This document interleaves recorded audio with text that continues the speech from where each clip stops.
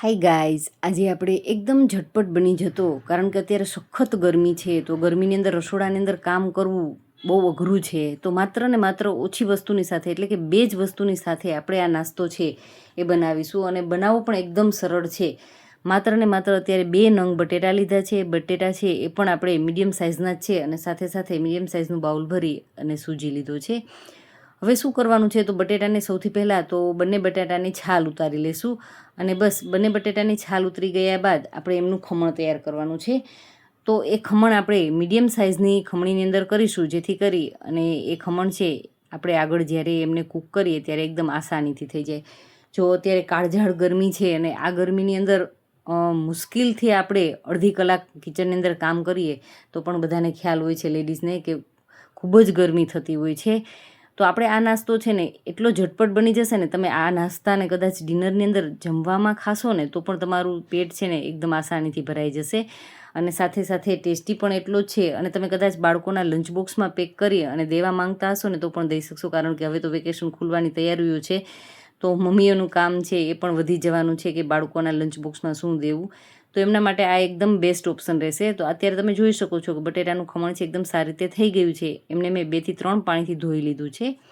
હવે એ થઈ ગયા બાદ આપણે જે બાઉલથી રવો લીધો હતો એ જ 2 બાઉલ ભરી અને પાણી લેવાનું છે, અને પાણી છે થોડાક મોટા વાસણની અંદર લેશું, અને એમની અંદર આપણે બટેટાનું જે છીણ કરી અને તૈયાર રાખ્યું હતું એ છીણ એમની અંદર લઈ લેશું, અને સ્વાદ અનુસાર નિમક એડ કરી દેશું, અને ઢાંકણ ઢાંકી અને એમને 3 થી 4 મિનિટ માટે કૂક થવા દેશું, અને મીડિયમ ટુ હાઈ ફ્લેમ ઉપર એમને કૂક કરીશું. 1-2 મિનિટના સમય બાદ તમે જોશો તો આ રીતે ધીમે ધીમે એમની અંદર ઉકળવા લાગ્યું છે, ઉભરો આવવા લાગ્યો છે. તો બસ હવે એમને 1-2 મિનિટ માટે રહેવા દેશો. તો આ રીતનું તમે જોઈ શકો છો ઉભરો આવે છે, અને એ બટેટાનું છીણ છે એ હળવું એવું ટ્રાન્સપરન્ટ થઈ ગયું છે. હાથની મદદથી આ રીતે પ્રેસ કરીને જોઈએ તો સરસ એવું એ કૂક થઈ ચૂક્યું છે. ઓવરકૂક કરવાની પણ જરૂરિયાત નથી. તો હવે એમની અંદર 2-3 વસ્તુ એડ કરી દઈએ. તો એમની અંદર આપણે લીલું મરચું છે, તીખું લીલું મરચું લીધું છે, અને સાથે સાથે ધાણા ભાજી લેશું. બસ બંને વસ્તુ એડ કર્યા બાદ આપણે જે રવો રાખ્યો હતો એ રવાને આપણે થોડો થોડો નાખતા જશું, અને એક હાથની મદદથી એમને સારી રીતે મિક્સ કરીશું. આ બેઝ ઉપર આપણે ગેસની ફ્લેમને લો ટુ મીડિયમ કરી દઈશું, જેથી કરી તળીએ ન ચોટે અને એમની અંદર લમ્સ ન થાય. એકદમ ગાંઠા વગરનું મિશ્રણ થવું જરૂરી છે. કન્ટિન્યુ આ રીતે ચલાવીશું, અને એકદમ ઘટ ન થાય ત્યાં સુધી આપણે ગેસની ફ્લેમને ચાલુ રાખવાની છે. મીડિયમ ટુ લો ગેસની ફ્લેમ કરી શકીએ અત્યારે, અને તમે જોઈ શકો છો કે ધીમે ધીમે રવો છે ને એ પાણીને શોષી લેશે, અને જો એકદમ થીક બેટર છે એ થવા લાગશે.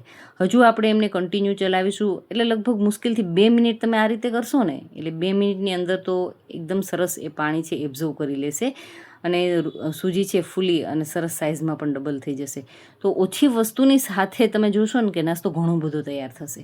અત્યારે જોઈ શકો છો કે સરસ એવું ઘટ આપણું મિશ્રણ થઈ ચૂક્યું છે. તો આ બેઝ ઉપર આપણે ગેસની ફ્લેમને બંધ કરી દઈશું, અને મિશ્રણને આપણે એક ચોકીની અંદર ઢાળી દઈશું. કોઈ પણ તમારી પાસે પ્લેટ હોય એમની અંદર તમે તેલથી ગ્રીસ કરી અને બસ આપણું મિશ્રણ છે એમની અંદર લઈ લેવાનું છે, અને આપણે એમને સારી રીતે સ્પ્રેડ કરી લેવાનું છે. ઇક્વલી સ્પ્રેડ થાય ને એ થોડુંક આપણે કાળજી રાખીશું.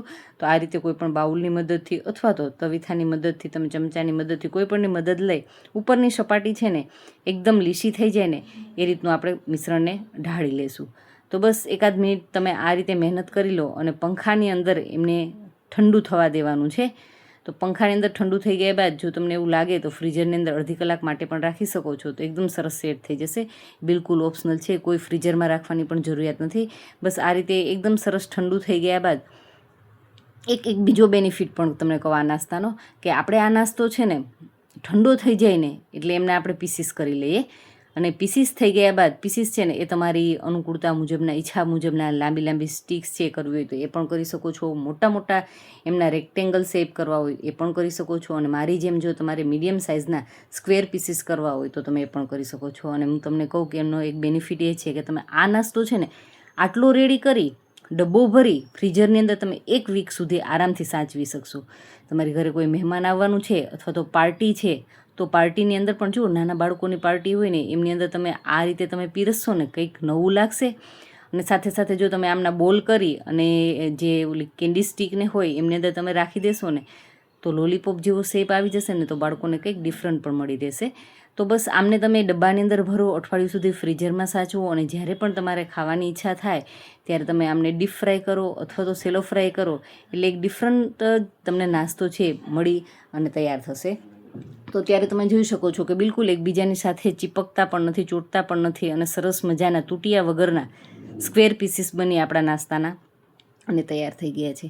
તો હું તમને ડબ્બો પેક કરીને પણ બતાવું કે આ રીતે તમે ડબ્બાની અંદર ભરી અને મૂકી દો. રાત્રે કદાચ તમે આટલી મહેનત કરી લેશો તો સવારે જ્યારે બાળકોને લંચ બોક્સ પેક કરવાનો હોય તો બસ ફ્રીઝરમાંથી કાઢો, હળવું એવું નોર્મલ ટેમ્પરેચર થવા દો અને ડીપ ફ્રાય અથવા તો સેલો ફ્રાય કરો અને બાળકોને તમે લંચ બોક્સની અંદર પેક કરો. તો છે ને એકદમ ઓછી મહેનતની સાથે આપણો નાસ્તો બની અને તૈયાર થશે. અત્યારે મેં એક ફ્રાય પેન લીધી છે, એમની અંદર થોડું તેલ લઈ લેશું. જો તમારે આટલા વધારે તેલની અંદર ફ્રાય ન કરવા હોય ને તો બિલકુલ ઓછા તેલની સાથે પણ હું તમને કહું છું એ મુજબ કે સેલો ફ્રાય પણ કરી શકો છો. તો બસ એમને ફ્રાય થવામાં પણ કોઈ વધારે સમય નહીં લાગે. 2-3 મિનિટ માટે એક સાઈડ તમે રહેવા દેશો એટલે સરસ એવો એમનો ગોલ્ડન કલર છે એ થઈ જાય અને ત્યારબાદ હળવે હળવે એમને પલટાવી અને બંને સાઈડથી જ્યાં સુધી ગોલ્ડન કલર ન થાય ત્યાં સુધી રહેવા દેશો એટલે 4થી 5 મિનિટની અંદર આ નાસ્તો છે ફ્રાય થઈ અને તૈયાર થઈ જશે. તો એકદમ લો ફ્લેમની પણ જરૂરિયાત નથી, મીડિયમ ટુ હાઈ ફ્લેમ રાખી શકો છો અને બસ આ રીતે એમને તમે નાસ્તો છે એ ફ્રાય કરી લેશો એટલે તમે તમારા હસબન્ડના ટિફિનની અંદર પણ તમે આપશો ને સાઈડમાં ખાવા માટે પણ તો પણ એમને ખૂબ મજા આવી જશે. અને આ ટેસ્ટી નાસ્તો છે ચાની સાથે તમે ગમે ત્યારે સાંજના સમયમાં, અને હવે તો ધીમે ધીમે વરસાદની શરૂઆત થશે તો વરસાદની સિઝનમાં તો આવું ચટપટું ખાવાની કંઈક મજા જ ઓર હોય છે.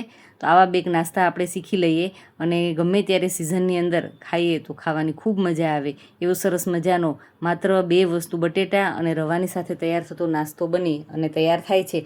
તો મિત્રો આજનો વિડીયો તમને થોડોક પણ સારો લાગ્યો હોય ને તો વિડીયોને લાઇક ચોક્કસથી કરજો અને હજુ સુધી આવા અવનવા તમારે વિડીયો જોવા માટે થઈ અને ચેનલને હજુ સુધી સબસ્ક્રાઈબ કરવાની બાકી હોય તો ચેનલને ચોક્કસથી સબસ્ક્રાઈબ કરી લેજો અને ખાસ નીચે આવતા જે બેલ આઇકન હોય એમાં ઓલ નોટિફિકેશન આવે છે એમની અંદર તમે પ્રેસ કરી દેશો ને તો ડેઈલી મારા વિડીયો જે અપલોડ થાય છે ને એમની નોટિફિકેશન તમારા સુધી પહોંચતી રહે.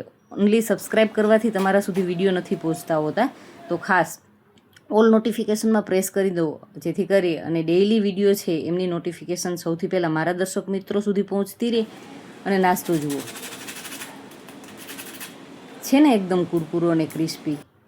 તો બસ આપણે એમને આ રીતે ચમચીની મદદથી જોઈએ તો સરસ મજાનો બહારથી એકદમ કુરકુરો ને અંદરથી દાંત વગરના વડીલો ખાઈ શકે ને એટલો સોફ્ટ અને બિલકુલ જાળીદાર એવો નાસ્તો બની અને તૈયાર થઈ ગયો છે. તો વિડીયો ગમ્યો હોય તો વિડીયોને લાઇક કરી લેજો અને ખાસ તમારા ફ્રેન્ડ્સની જોડે શેર કરજો જેથી કરીને એ લોકો પણ આવા અવનવા વિડીયો છે વોચ કરી અને પોતાની ઘરે ટ્રાય કરી શકે. અને ખાસ કે જે તમારા મિત્રો અવનવા નાસ્તાઓ શોધતા હોય ને એમને તો ખાસ મોકલી જ દેજો જેથી કરી એ પણ બનાવી. અને તમને વિડીયો સારો લાગ્યો હોય ને તો મને કમેન્ટ ચોક્કસથી કરજો, યમ્મી કરી અને કમેન્ટ કરજો. Thank you for watching this videos.